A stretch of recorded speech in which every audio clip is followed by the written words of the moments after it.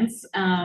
Hey y'all, I don't work at Malaprops anymore, but I used to. And sometimes they let me do this fun thing. And I'll give you some more info about that, but also little housekeeping for the virtual folks. There are 2 ways to ask questions at the end of the event, and I just want to make sure you know them. This will also be in the chat, but I'll tell you, you log into YouTube and you can type in the chat. You just want to start your question with a Q so that they know that you are indeed asking a question and not just saying celebratory things. Number 2, you can email virtualqa@malaprops.com. Those are your 2 ways to ask questions online. So just to say, hey, I'm Lauren, I work at Goldleaf Literary. I get to work with phenomenal writers all the time, like these 2, Andrew and Megan. And I used to host events here like 3 times a week back in the day when I was a bookseller, and sometimes they let me come back and do it. And it makes me really excited because I'm an extrovert. I don't know if you can tell. So I want to thank you all for being here and supporting not only local authors, but a legendary local bookstore. It's really a wonderful thing that you're doing by coming here. We have an embarrassment of riches when it comes to the world of writing and books here in Western North Carolina. It's something that's fed and supported by those of you who come out to events and buy books and spread the word about these kinds of things. So thank you for being that. So now on to our main event. Launching Andrew Clark's novel, Where Dark Things Grow, out in the world. Does anybody have the book with them right now? If you do, can you lift it up over your head? Woo, it's beautiful. Virtual audience, there's a sea of blue, and it is gorgeous. So that's what we're all here for. So including Meagan Lucas, who is here to be in conversation with Andrew. And Meagan is a Canadian by origin, but we lucked out and we lured her to the mountains, as so many are. She's been here for a long time now and made her home and her mark here in Appalachia. She's a consummate literary citizen. If you don't know what that means, talk to me later. I'll be happy to tell you. She's also the author of the novel Songbirds and Stray Dogs and the Anthony Award nominated story collection Here in the Dark. Her stories and essays have won the attention and admiration of many, and her novel manuscript, Soft Animals, was just longlisted for the Backwin Award for full-length prose from Blair. She teaches in the Robert Morris University Creative Writing Program and the Great Smokies Writing Program here at UNC-A. She's also the editor-in-chief of Rec and Review. So now I get to talk about Andrew. I think he's ready. He's ready for the microphone. If you know Andrew and you know how hard he worked to get here and how excited he is to have this baby out in the world, can you give me an applause, please? Excellent. That's the way we like it. Also, I just wanted to, I'm going to throw this in because I can. If you know folks in the area who aren't here tonight, Andrew has a whole bunch of events coming up. He's going to be in Greenville. He's going to be in Silva. He's going to be at the Punch Bucket Lit Fest, the first literary festival from Punch Bucket that is happening here in Asheville on the 21st. Send your people. That would be awesome. Let's keep supporting him. Andrew is well known and loved here in the literary community, and he's one of those who has been absorbing the stories of these hills through his whole life and beyond, through many generations of ancestors. You can see that in his writing, both in his poetry collection, Jesus in the Trailer, and now this novel, Where Dark Things Grow. Luckily, we're all going to get to see it again soon when the follow-up to this book, called Where Dark Things Rise, hits shelves next year. So mark your calendars. It's very exciting. In addition to writing and promoting his books and, his regular full-time job and the family and stuff, he also works as the regional rep for the North Carolina Writers Network and works constantly to commune with and support writers from this region. We're very lucky to have him. So please join me in welcoming Meagan and Andrew.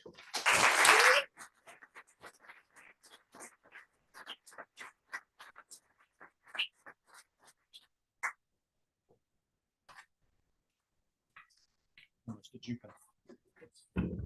How much did you pay, Lauren? I was just thinking, looking around, that I didn't know this many people owed you money.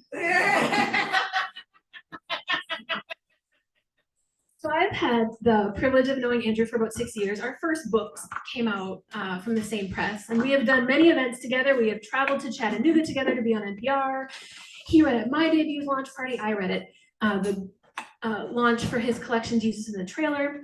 He also took me to my first ever Waffle House. We queried agents together. We shook our heads at the ridiculousness of the publishing industry together. And I have watched him grow as a writer and a person. And so I have this incredible pleasure of watching this novel develop too. All this to say, I knew him before he was Uncle Grit's daddy. And I'm just thrilled to be here with y'all tonight to celebrate Andrew and his debut novel.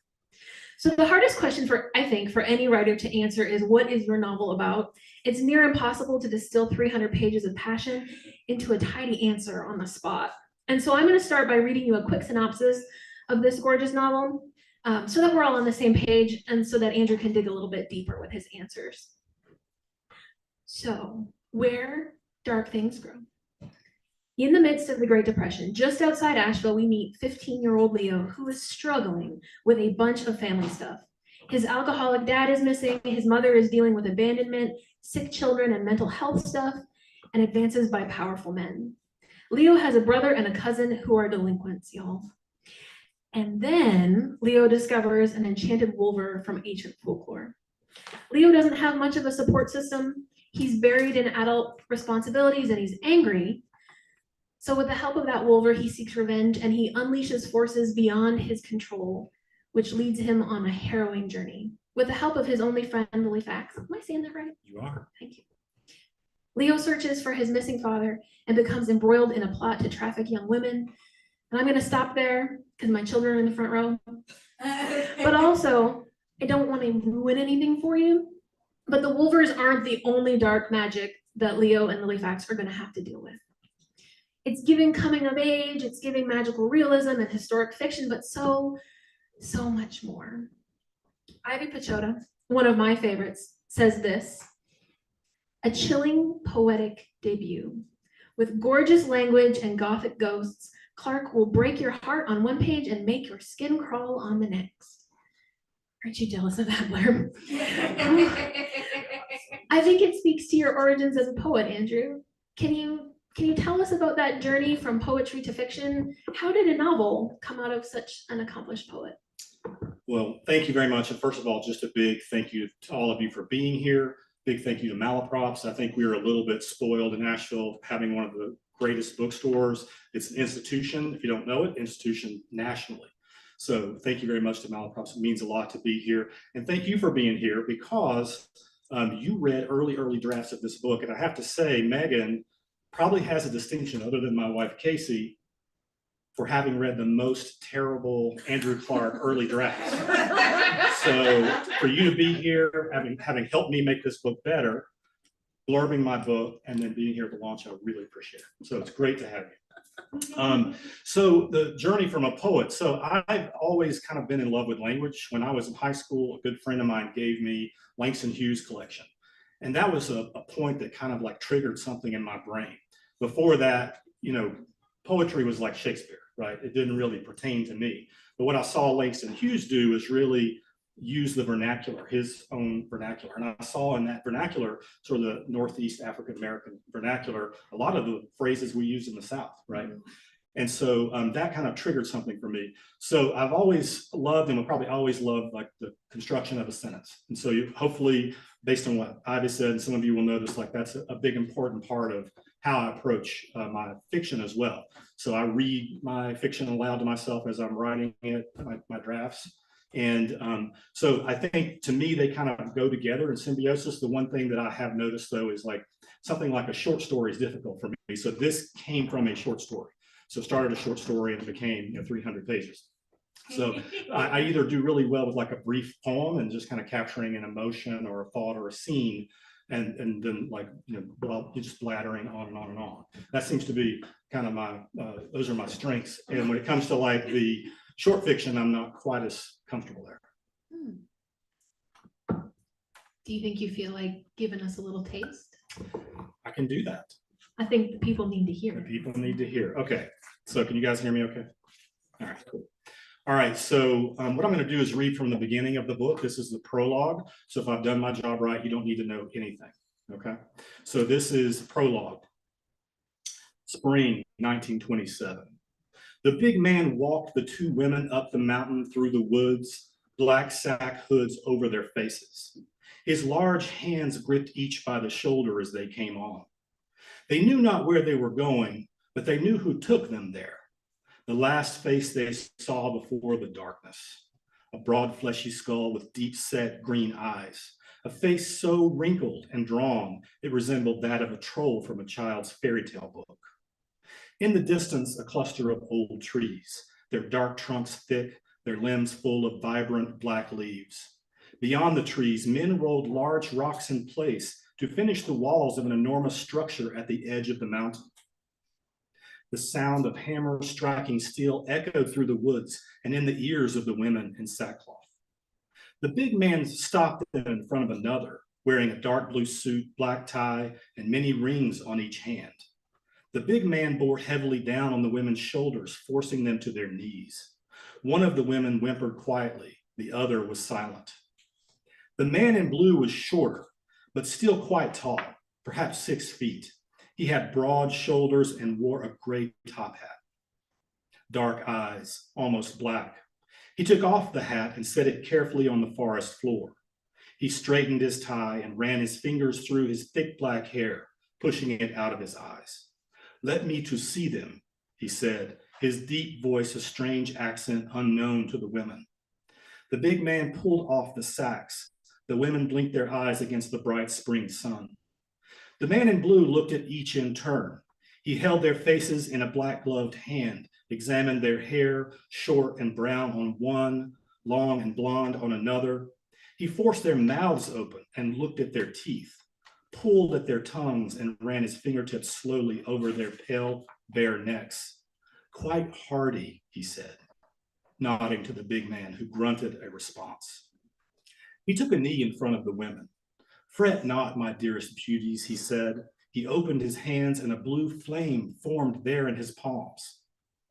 The girl with short hair gasped. The blue flame became a lovely painted butterfly before their eyes. It fluttered its wings, and the blonde girl smiled briefly before remembering her circumstance. He stood the blonde girl up and slowly undressed her. Some of the men stopped their work to gaze upon her before he cut his dark eyes at them, and they quickly turned away. Harsh purple bruises marred her back and ribs, and he traced them with his fingers as she winced. He slid a cotton yellow dress over her and cinched it in the front. He carefully painted her lips red. When she was ready, he took both of her hands in his own. He said, "It will hurt for a moment only." He spun in circles with her, the way an adult might swing a child. Her feet left the ground, and they moved together for a moment before he released her into the air. The woman screamed and flew back first toward one of the large trees behind her. The immense tree cracked violently open, curving its limbs as if to offer her a lover's embrace. The bark itself spread open, the grain of the tree as pink flesh inside. She disappeared into the trunk, and the bark closed around her body, her muffled cries audible only briefly before silence. The girl with short hair screamed and found her feet to run. The man in blue caught her quickly. He spun her body against his chest and released her toward a second tree. It spread open and quickly received her, then closed. The man in blue walked over to his hat on the ground, retrieved it, returned it again to his head. To the big man, he said, "I am well pleased, but many will be needed. The trees are full of hunger."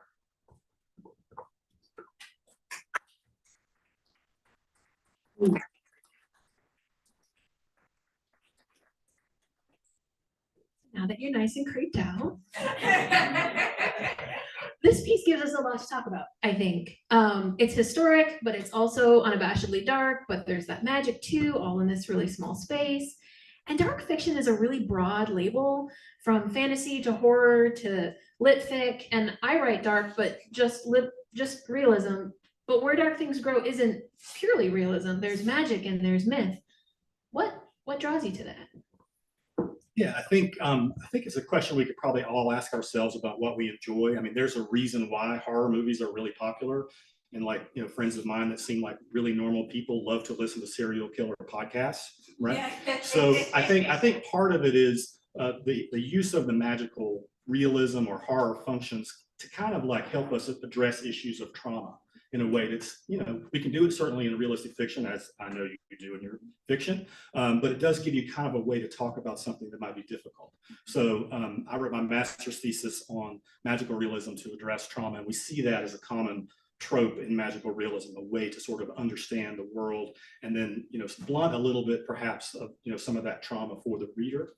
And so here I'm using it. And I guess the fact that I like magical realism is I'm drawn to both, right? I love the realism. I love the grit and the dirt. So in this book, I think you'll see characters that are, real, that you can relate to, a very realistic setting in Appalachia in the 1930s that I kind of, formed a little bit from my grandparents' history here and the vernacular and so forth that they use. But I like things that kind of blend those two worlds.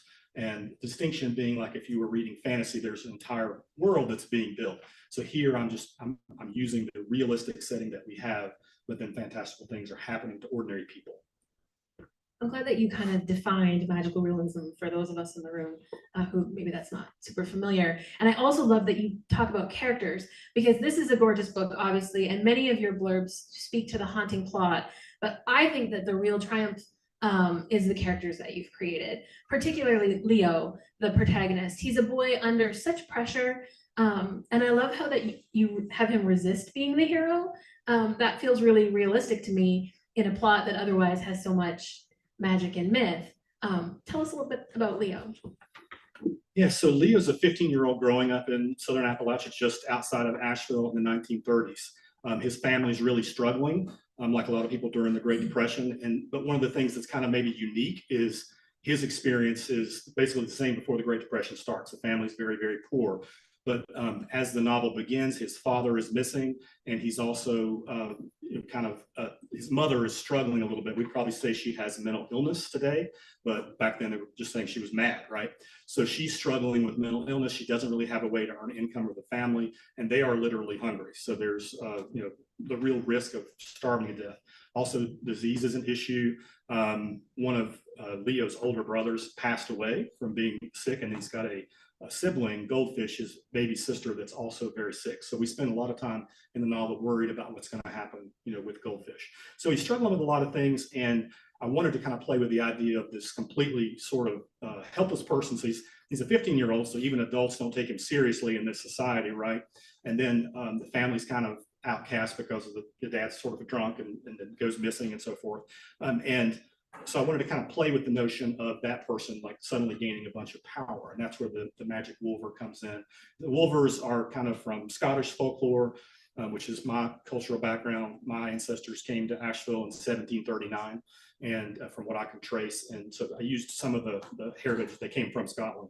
And but the wolvers are, they look like wolves, but they stand as high as a horse and they can walk on their hind legs. So I wanted to play a little bit with this, very struggling character suddenly having some power and agency. Do you want to read us a little bit from Leo's? I can do that. So this is just going to continue on from what we just heard in the prologue. So I've done my job right. You don't need to know anything, except I do use Altamont for Asheville, kind of a little bit of a nod to Thomas Wolfe in this book. Felt appropriate given the time period. Late October 1931. She looked at him but did not see him. Her eyes threw him somehow to something beyond him, beyond everything. She'd come out of the woods, just a flash of white in the trees. He'd tried to stay it, but stopping an axe in mid-swing ain't easy. His body had twisted, and the axe head came down into the cool earth beside his boot. He'd looked up to see the widow, glowing in the low dusk light, waving a hand above her head. She wore a white shirt, dungarees, and her dead husband's cowboy hat. The widow stood in front of him now, looking at him but not seeing him, leaning on her twisted wood cane. You got to knock off for the night, Leo. You done lost the light. In the forming twilight, Leo had strained to see the logs he was splitting into kindling. whittling them down until they were small enough for the widow to carry in from her back porch to the stove inside. Several of his last swings had failed to strike the center of the grain, glancing off and pulling him to the side. "Yes, ma'am," he said. Leo stood with the handle in his calloused hands, the axe head resting on his boot. His muscles ached from the work, but in a good way. At 15, most folks said Leo was practically grown, ought to know the weight of a maul in his hands or that of a scythe for clearing fields. Indeed, Leo had long, sinewy limbs formed for labor, though nothing felt better in his hand than a book. He was tall for his age, with copper eyes and hair the color of river sand.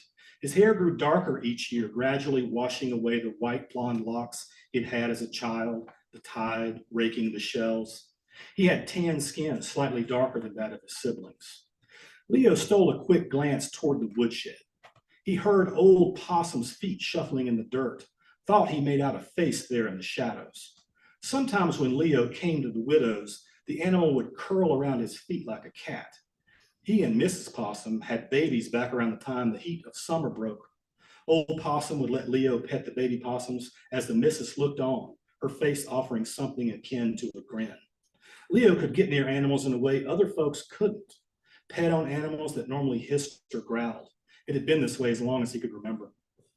"Nobody ought to keep working past dark," the widow said, looking into the trees for a long time, as if expecting to find something there in the gathering gloom. "You ought to have stopped a long time ago, looks like." The widow spit and wiped her mouth with the back of her hand. The widow used to chop her own wood till she fell. She often recounted the story of how she broke her hip, how she had slipped off her back porch on a frosty morning, flailing like an insect on her back for what seemed like hours. "I prayed to Christ Jesus," she'd said, "prayed he'd come down and show an old woman mercy, help me get up off my back." The idea that one could break a hip perplexed Leo. Breaking an arm or leg made sense. He knew a kid who broke his leg when he fell off a rope swing out over a creek and hit a big rock, but hips looked too stout to break, especially on the widow. Leo loaded up the kindling in a wheelbarrow. He left the unfinished logs in a pile to tend to in the next day or so, depending on what chores Mama had around the house. The widow's eyes fixed on the trees above them. "Reckon you heard what happened to that Davis boy." "Yes, ma'am, I did," Leo answered. "He was cutting a tree down all near dark, just over that ridge yonder, driving a wedge, but when he hit it with his maul, it flipped, went plumb through his thigh." Leo remembered the funeral, remembered how in life the boy's cheeks were always flushed, giving him the perpetual look of having just come in from the cold. How old had he been? He might have been a year older than Leo in school. The widow spat again, her cheek poked full of snuff. "He bled out right there in the woods." A breeze stirred the leaves on the ground around them. "Anybody heard tell from your daddy?" she asked. "No, ma'am," Leo said. He looked at the ground. "How long has he been gone this time?" she asked. "Just a week," he said.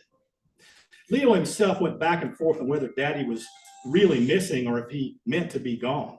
How many times had Daddy disappeared for days on end, only to show up with a sack full of groceries one morning, smiling like a Baptist preacher as if nothing had happened?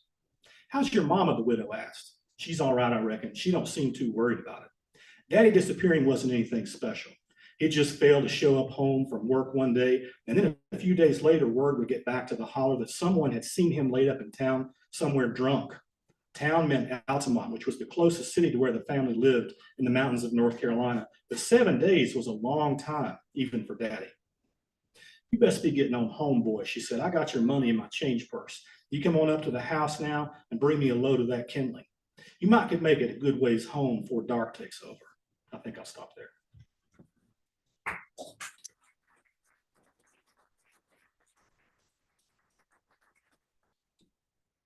I think the folks can probably tell there's a lot of layers to this book.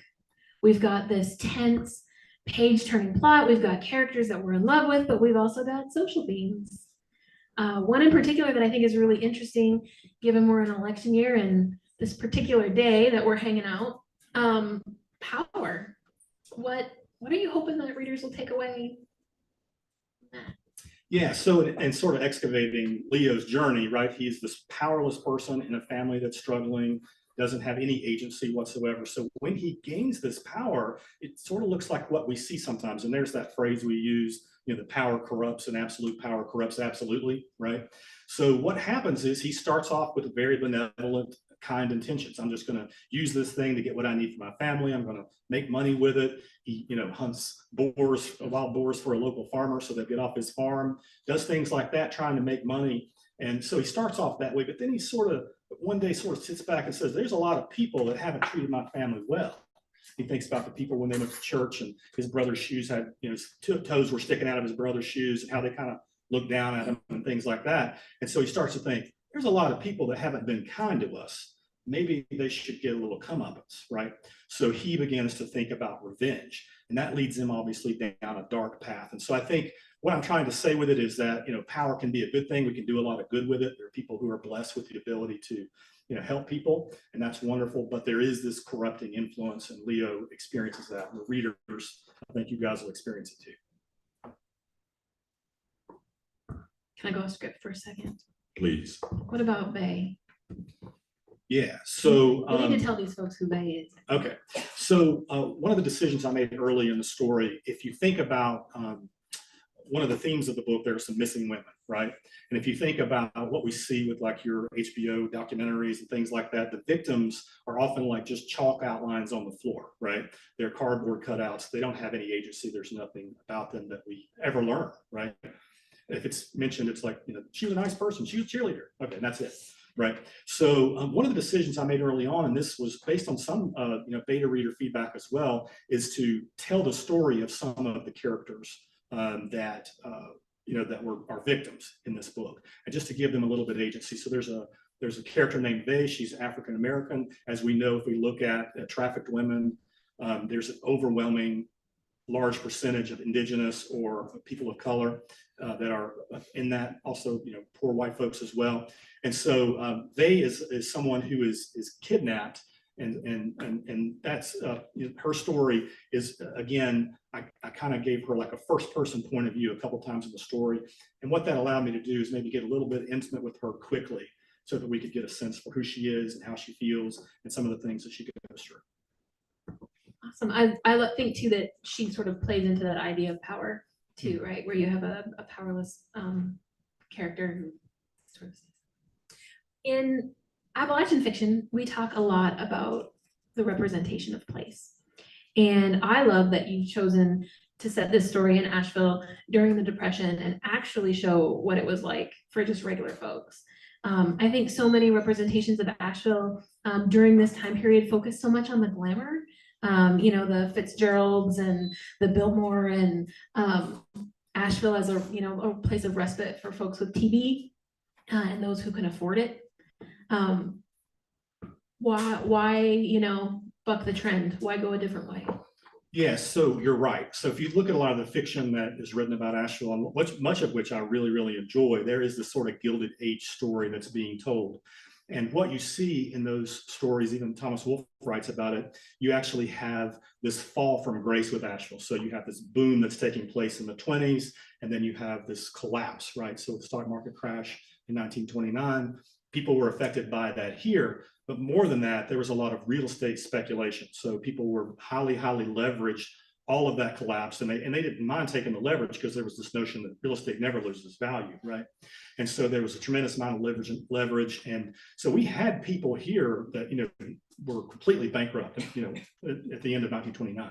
And that we had people, throwing themselves out of buildings in Asheville. So you hear about that in New York, but it happened in Asheville.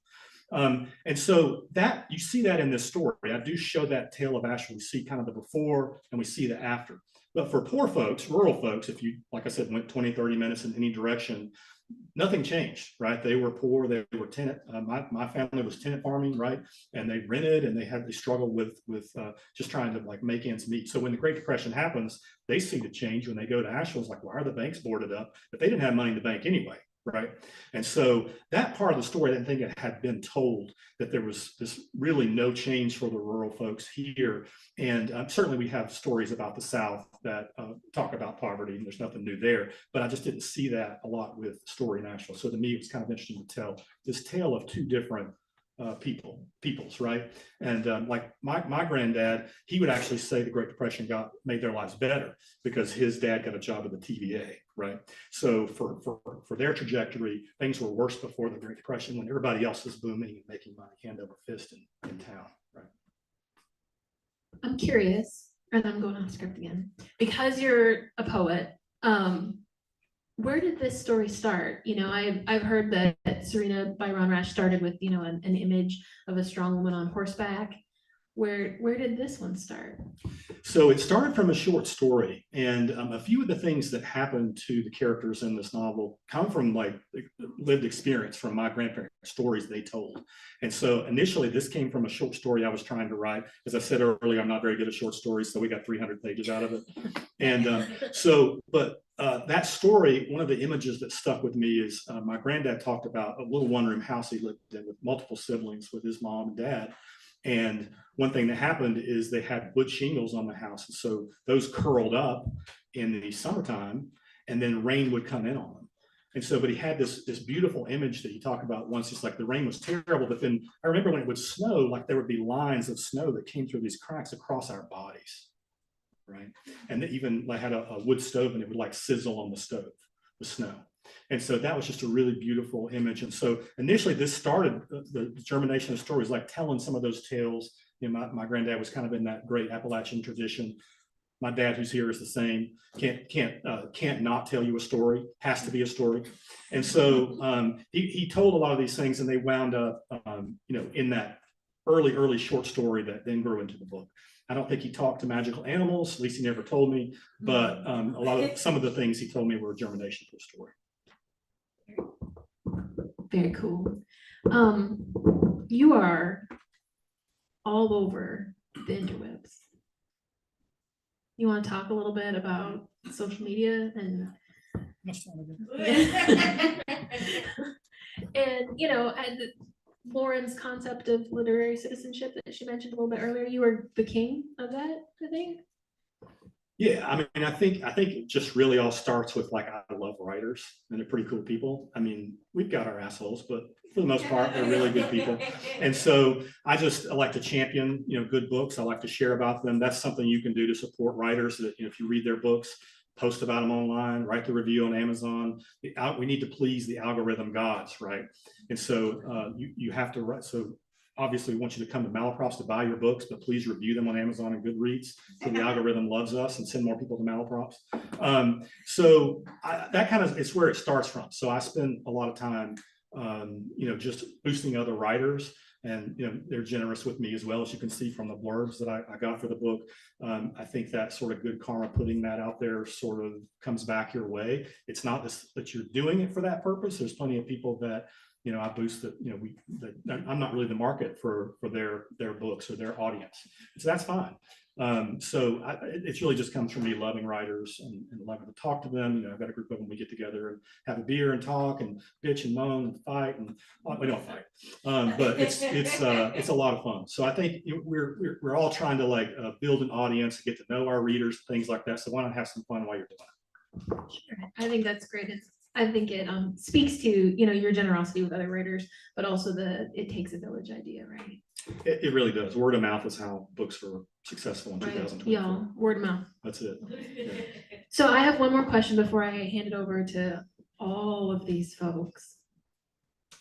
What's next? What you working on?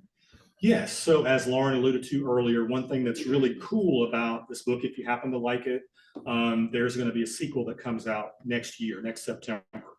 So Cowboy Jamboree Press, a great press out of South Carolina, published this one. And the sequel, Where Dark Things Rise, is coming from a press called Quill and Crow Press out of Ohio.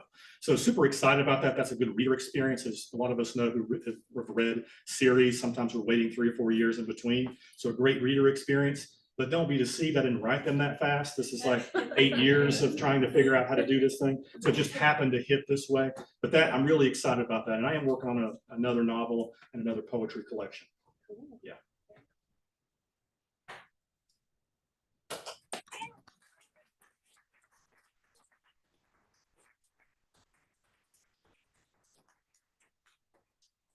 Questions? Anybody? Questions? Who's going to be brave? Ooh, Melissa. I'm always great. So I happen to have a little bit, if lucky enough, a little bit of familiarity with the sequel. And I happen to know, and I won't give anything away, that there, even though it takes place much later, there are some common characters. And I'm wondering when that idea occurred to you. Were you writing this book and you thought, wow, there's something more? Did you finish it and think, I'm not done with this world? Like, how did that? Yeah, so for folks who don't know, Melissa's in a critique group with me, and that's how she has the inside scoop. But thank you for asking that, because I didn't really give an elevator pitch at all for the book. But Where Dark Things Rise, the book that's coming, so this one is set in the 30s, and the next book is going to be set in the 1980s. And so where the germination for that kind of came was thinking about, I didn't think I was done with the characters, for one thing. And I thought it'd be kind of interesting to see like what happens to these characters, because they have some ambiguous, I don't want to ruin anything, but there's some ambiguous paths that they could take from the end of the book. And so what I try to say to folks is like, this book, Where Dark Things Grow, is in the vernacular and language of my grandparents. So the way the characters talk, the struggles they deal with. And so in Western North Carolina, in Asheville, and the next book is really mine, right? So I grew up in the 80s here. So that in some ways was presented different challenges, but also made it fun in some ways to write. So I knew that I was going to write an 80s book. I didn't know it was going to be with these characters, but a few of the characters that are in this book are now in their 70s. And so you get to kind of see a little bit of what happened.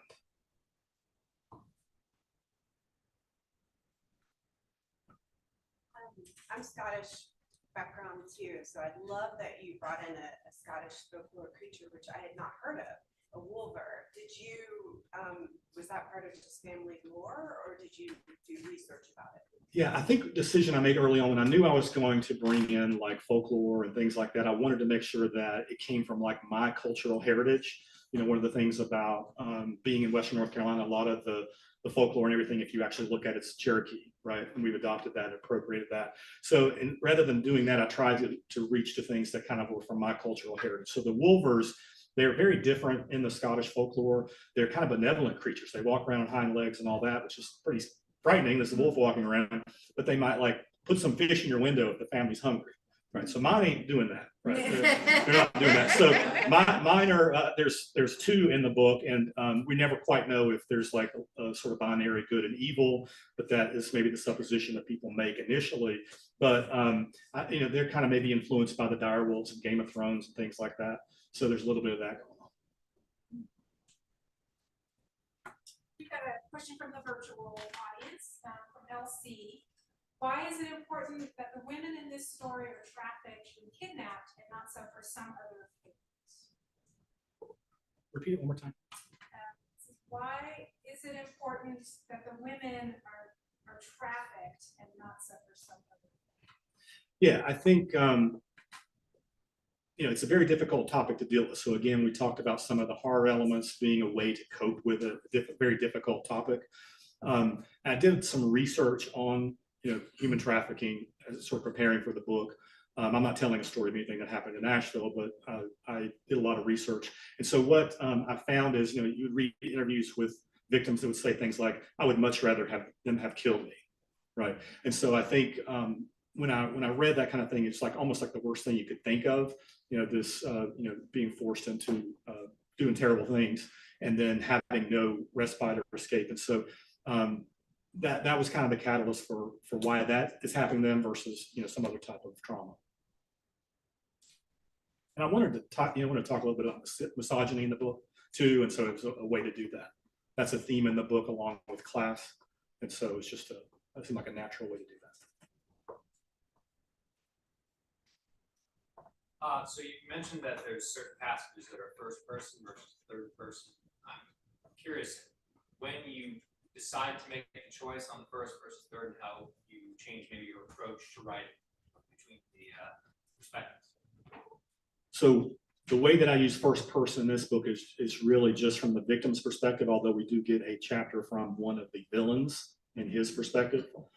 And so what it allows me to do in the first person is be very intimate very quickly. So third person, you're kind of zoomed out a little bit, more like you're watching someone from a distance by camera or something. And so this just allowed me to get quickly in the heads of these folks when I knew they were going to have like tons of real estate on the page. So that was kind of the decision that I made there in terms of like why, you know, the whole book isn't written in first person. I wanted that kind of distance so the reader could get, you know, a sense of what's happening with Leo and see some things that he doesn't see. And so if you're in first person, that can be very difficult to show. You can do it sometimes through dialogue or something, but I wanted the reader to see things that he's maybe not aware of yet. And one of the things about that is there's a scene where he spends time in a brothel when he's very young and he doesn't know anything about why he's there, what this place is. And I couldn't really do that if I was in first person. The reader can be in on it with us in third person. I'm just curious, why you decided to write this book? I mean, what is the message for you to us? I do think the book has a lot to say about class, has a lot to say about power, has a lot to say about misogyny, but I'm drawn more to stories that tell or address those topics like in a fictional narrative, as opposed to feeling like we've got preached at or we're being preached at, if that makes sense. And so those are things I hope people take away from it. But again, it's not a message book per se, and I probably wouldn't go there in terms of being the person to write that book. Another question from the at-home audience. 8 years in development, how much of that was downtime when you maybe had to leave it for a bit? I mean, there were periods of time that I wasn't working on it. That's for sure. Life intrudes. You've got family obligations, work, and all those kind of things. But I spent quite a bit of time. So the way I would kind of describe it, there's an analogy that someone gave me that I thought was really apt. So when you write your first book, you don't know what you're doing, right? And so you're trying to figure it out as you go along. Even if you're a student, even if you're taking classes, it doesn't matter. You have to kind of find your way to it. So the analogy is, if I gave you all the materials to build a house and just piled them up in your yard and you had to do it, couldn't hire any subcontractors, how long would it take you? Right? So it'd take a long darn time, right? I might be dead before I get finished, right? So, but then once you figure that out, you make a lot of mistakes doing that with that house. You don't cut things right. You got to recut them. You got to do all that kind of stuff. But then when you build the second house, now you've got this pile of materials and you learn from the first one. So if we kind of looked at the breakdown here, probably it's more like 5 years for this book and then 3 for the next book. So hopefully I'm getting more efficient. We'll see. We'll see. I have a question. Yes. Besides the influence you talked about from your grandfather, was there any characters in the book that were directly influenced by people that are already in your life? Yeah, I think there are a lot of people that were influenced by people I went to church with growing up, that they would have been in this generation. And so just hearing how they talk, the way they see the world, one thing that's kind of a theme in the book, the characters understand the world through the lens of almost like spiritual warfare between sort of good and evil. That's the way they see things in sort of a biblical cast. And so when these magical things are happening to them, that's the way they see it. So I'd say people I went to church with, relatives, great uncles, things like that. I did, as a child, split wood for a widow. So she's an influence on this book. So that's actually from my personal story, that connection. Yeah. Please. You. Well, he looked okay. You were talking a little bit about how you knew that it wasn't going to be a short story.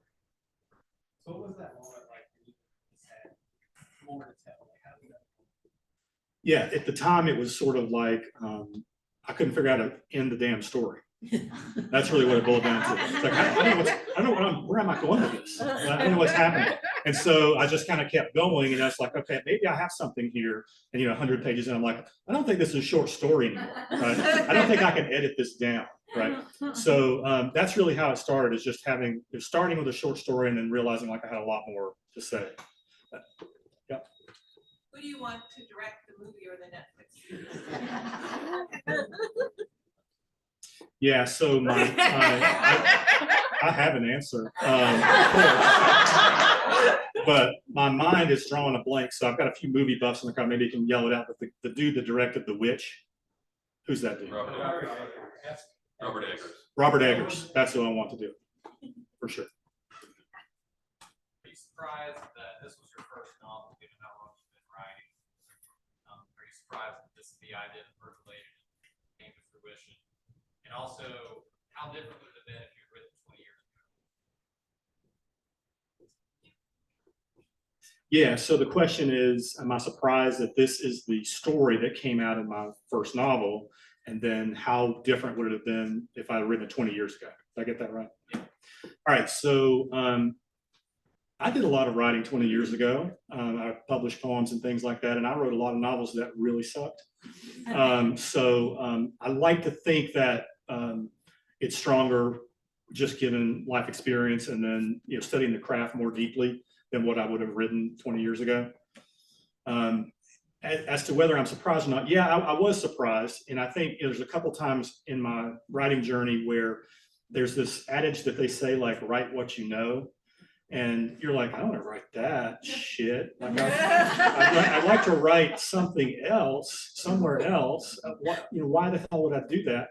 And so that happened to me with Jesus in the Trailer. There was this point where I was like, I'm going to write about like the religious upbringing I had, and sort of go there in sort of a Southern Gothic way. And then the poems got better, right? And it's sort of kind of the same thing with this. Writing what I knew sort of got me an entry into the world, and then from there I could grow, if that makes sense. So, also from the virtual audience, who's your favorite character? If there is one. It's like picking your favorite child. Yeah, that's a tough one. I think Leo is probably my favorite, just because I think he feels the most human to me and has this arc where he goes through very difficult things, and then like sort of the highs and lows of his journey are kind of interesting to me. The hardest one to write was Mr. Wake. So he is one of the villains in the story. You'll have to decide if he's the real villain or not.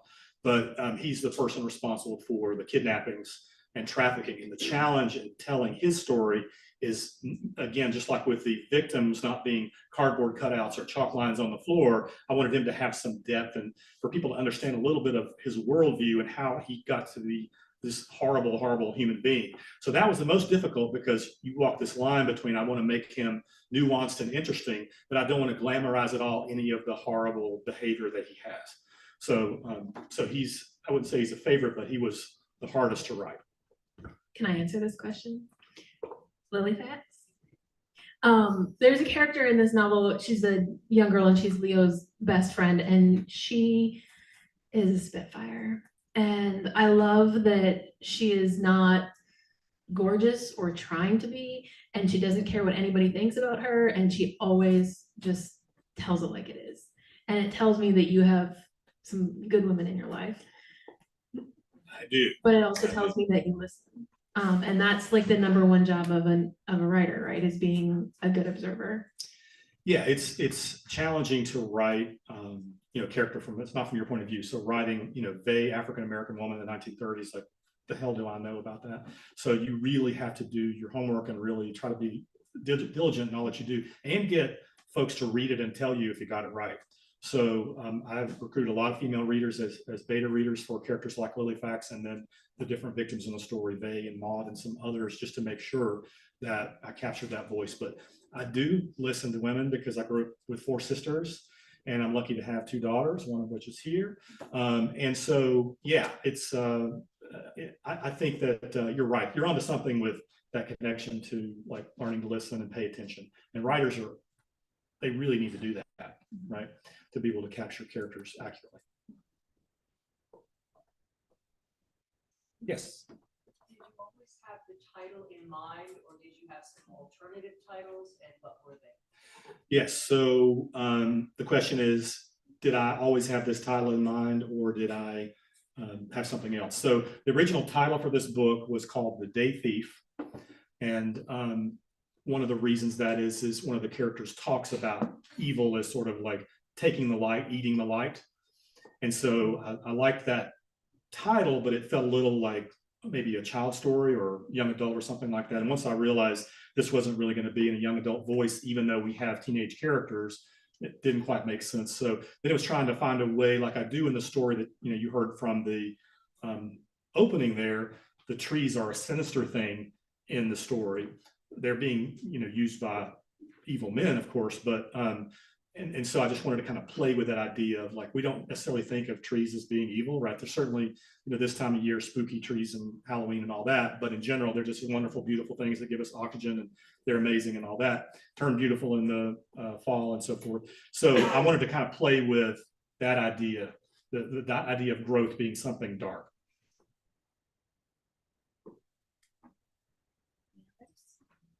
Stephanie, you have anybody else? I don't. Okay.